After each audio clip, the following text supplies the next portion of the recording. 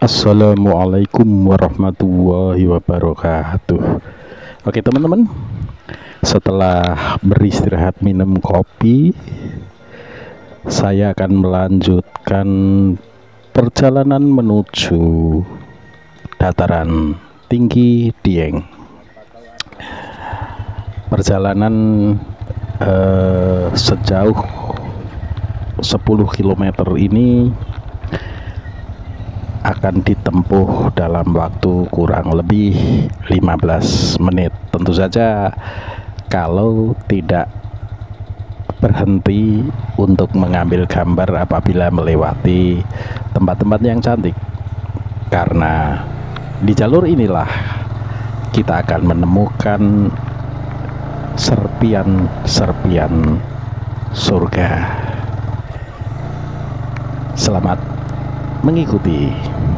Wah, jadi training kene tengah aku tok.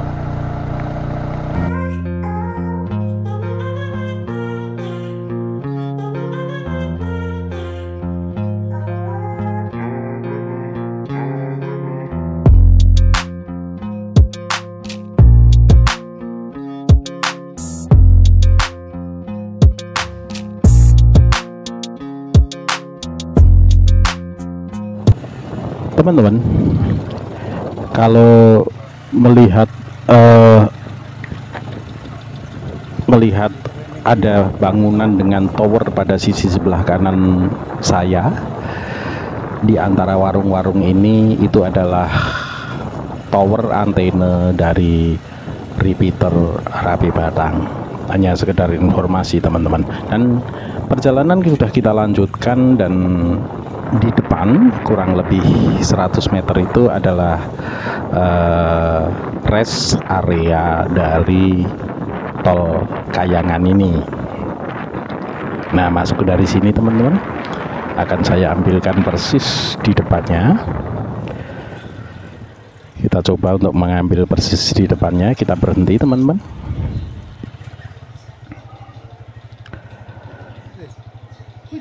Ini adalah rest area dari tol Kayangan yang diberi nama rest area tol Kayangan Si Gemblong. Kita lanjutkan perjalanan ini, dan bagi teman-teman yang belum subscribe, kami harapkan bantuannya untuk bisa subscribe, like, share, komen, dan tentu saja tekan tombol loncengnya. Terima kasih. Kita lanjutkan teman-teman. Perjalanan kita di bagian ketiga ini memang sangat mensaksikan. Disinilah kita akan banyak menemukan tempat-tempat indah di sepanjang perjalanan. Lahan pertanian yang cukup subur di antara gunung lembah Ngarai, sebuah berkah tersendiri bagi penduduk di wilayah ini untuk bisa mengeksploitasi tanah pertaniannya dengan sangat baik. Namun dari kita memandang jauh di semua pegunungan ini memang terdapat sekali sedikit kampung ya teman-teman. Jadi petani-petani sini tentu saja menuju ke lahan pertaniannya akan menempuh jarak yang cukup jauh dengan menggunakan sepeda motor. Jadi kalau teman-teman lihat ini di sepanjang jalan sering sekali kita temui sepeda motor diparkir, dan hampir semua kendaraan yang dipergunakan oleh penduduk di sini sudah dimodifikasi sesuai dengan kondisi kontur tanah di sini. Teman-teman, menuju ke dataran tinggi Dieng, sebagian besar perjalanan kita adalah menurun, dan ada beberapa turunan yang cukup tajam, namun tidak masih sedikit landai apabila dibandingkan perjalanan kita naik dari Bawang tadi. Banyak sekali tempat-tempat kafe maupun penginapan di daerah ini, dan di depan di sebelah kiri kita terlihat pipeline atau saluran pemipaan gas, gas ya, uap ya, uap air dari sumur-sumur panas di daerah ini untuk dikirim ke pembangkit milik Geodipa Energi. Setahu saya Geodipa Energi ini merencanakan membangun pembangkitnya sebesar 130 MW, tapi setahu saya, nanti ada yang tahu bisa dikoreksi, setahu saya baru sekitar 60 MW yang sudah diproduksi. Kita lanjutkan teman-teman. Di antara hijaunya lahan pertanian ini kita melihat pemandangan yang lain, yaitu ada berbagai pipa di sebelah kiri saya. Namun yang menarik tentu saja pemipaan yang paling besar yang berwarna silver, yang menandakan bahwa pipa tersebut adalah pipa uap, yaitu sebuah sistem pemipaan yang dibungkus oleh lapisan peredam panas. Ya, kita sambil belajar ya teman-teman. So, jadi engineer ini. Tadi pipanya dibungkus untuk menahan thermal untuk tidak keluar, yang tentu saja fungsinya ganda.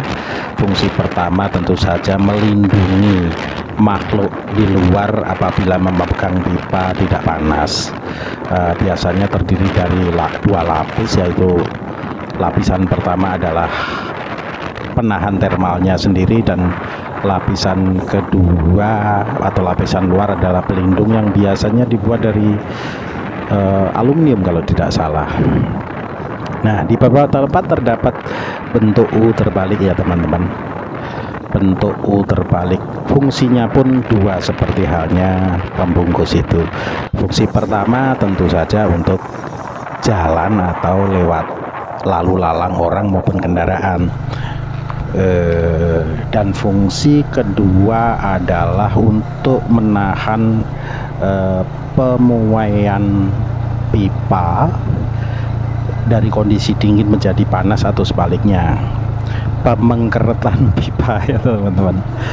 Pada saat pipa kosong kemudian dialiri uap panas yang cukup tinggi, maka pipa akan memuai dan di U terbalik. Ada beberapa nama untuk pemipaan tersebut. Ada yang menyebut sebagai N loop, ada yang menyebut sebagai U loop, dan ada yang menyebut omega loop.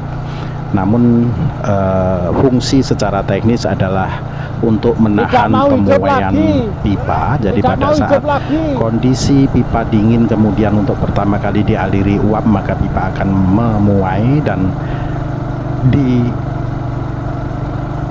U loop atau omega loop tersebutlah dilakukan penanganan supaya pipa tidak melengkung.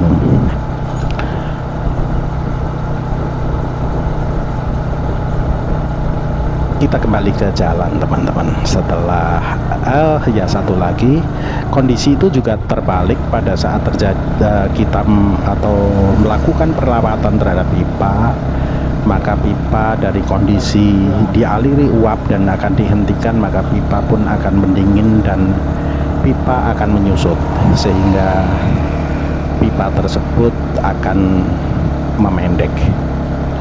Dan di U-loop tadi pemendekan tersebut bisa diatasi untuk mencegah kerusakan material pipa.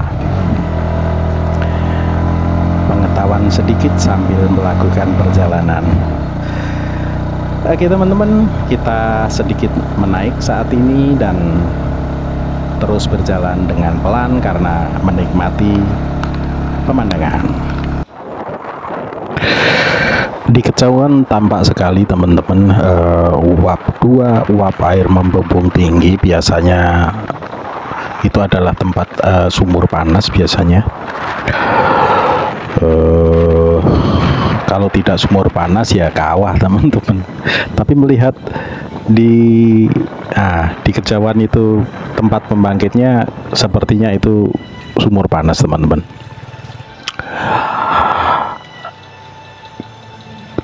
Kita berhenti sejenak karena udara yang sangat dingin. Jadi setelah tadi melewati turun pertama dari tol Kayangan,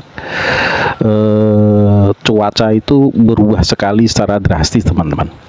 Jadi langsung sangat dingin. Kemungkinan besar itu karena angin yang dari Laut Jawa itu sudah terhalang, sehingga begitu berada di balik bukit dari tol Kayangan tersebut, cuaca langsung terasa sangat dingin. Dan karena dingin itulah sekali lagi karena saya juga tidak atau lupa membawa kaos tangan, menjadi kepingin ke belakang. Di depan itu fasilitas dari Geodipa Energi, di fasilitas pembangkit tenaga panas bumi dari Geodipa Energi. Seperti kita lihat mengepul di sana sini, mengepul uap-uap panas. Kita terus berjalan, teman-teman, pelan, dan karena berjalan pelan dan kadang berhenti, perjalanan ini menjadi cukup lama. Dari perkiraan Google yang hanya 20 menit, tentu saja kami menjadi lebih dari 20 menit. Tapi ya memang tujuan kita ke sini adalah untuk menikmati keindahan alam. Jadi ya begitu ada yang pemandangan yang indah, ya kita berhenti. Ini adalah tanjakan terakhir mungkin menuju ke dataran tinggi Dieng, karena di map saya masih sekitar 1,5, hampir 2 kilometer, teman-teman. Kita sudah sampai di dataran tinggi Dieng.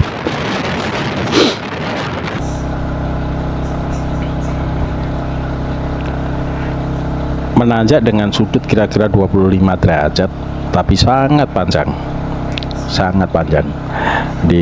Inilah memang untuk bermain ke sini kita membutuhkan motor dengan stamina prima, baik kemampuan mesin maupun pengeremannya.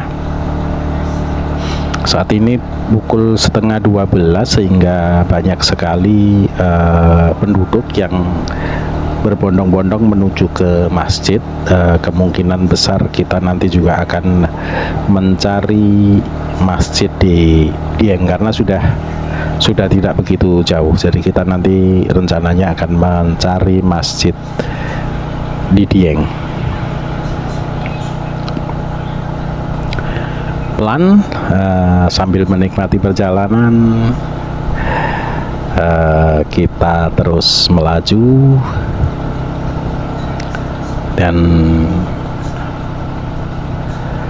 tinggal sekitar 600 meter lagi kita sampai di dataran tinggi Dieng, atau Dieng 0 km. Sudah tidak begitu jauh, teman-teman.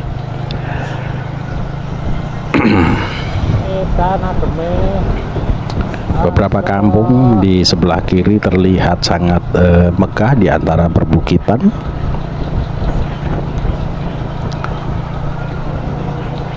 Terus melaju dengan pelan, teman.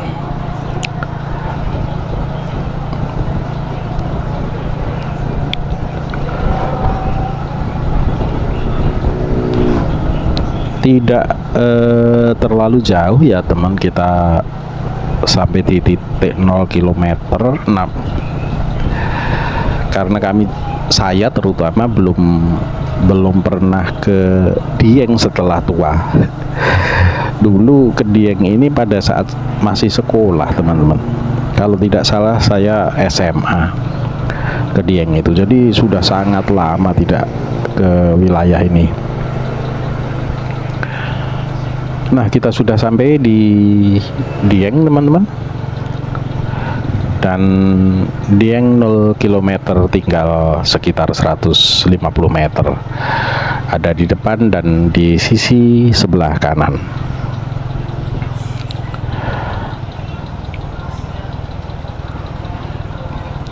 Kita sudah sampai teman-teman, akan berbelok untuk mengambil foto monumen 0 km ini. Foto tanda Dieng 0 km ya. Saya berhenti sebentar untuk mengambil.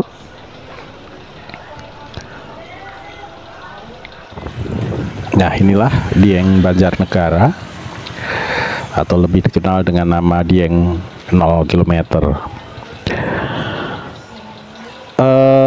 Kami akan melanjutkan untuk mencari masjid teman-teman, tapi teman saya berbalik, rupanya di sana tidak ada masjid mungkin. Iya benar. Oh iya, iya. Diajak berbalik. Nah, kita berbalik, tidak tahu akan ke masjid yang sebelah mana. Dan tentu saja pada bagian ketiga ini nanti akan saya akhiri di masjid, dan tidak tahu masjidnya sebelah mana dan masih berapa jauh, karena ya waktu saya SMA Dieng tidak seperti ini, jadi saya tidak tahu sama sekali. Oke lah, kita ikuti saja dengan pelan.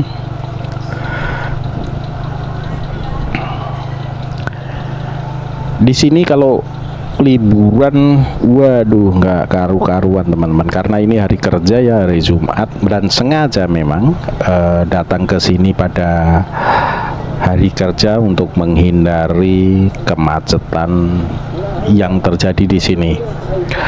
Dari beberapa informasi, pada hari Sabtu dan Minggu di sini selalu macet. Terus melaju dengan cukup pelan, kecepatan kami hanya sekitar 25 km per jam, pelan. Dan di kiri jalan cukup banyak mobil parkir.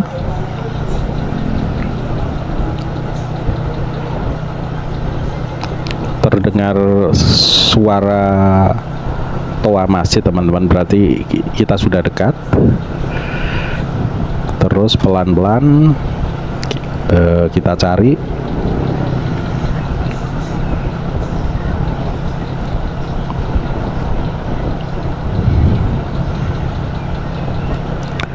Semakin jelas suara masjidnya,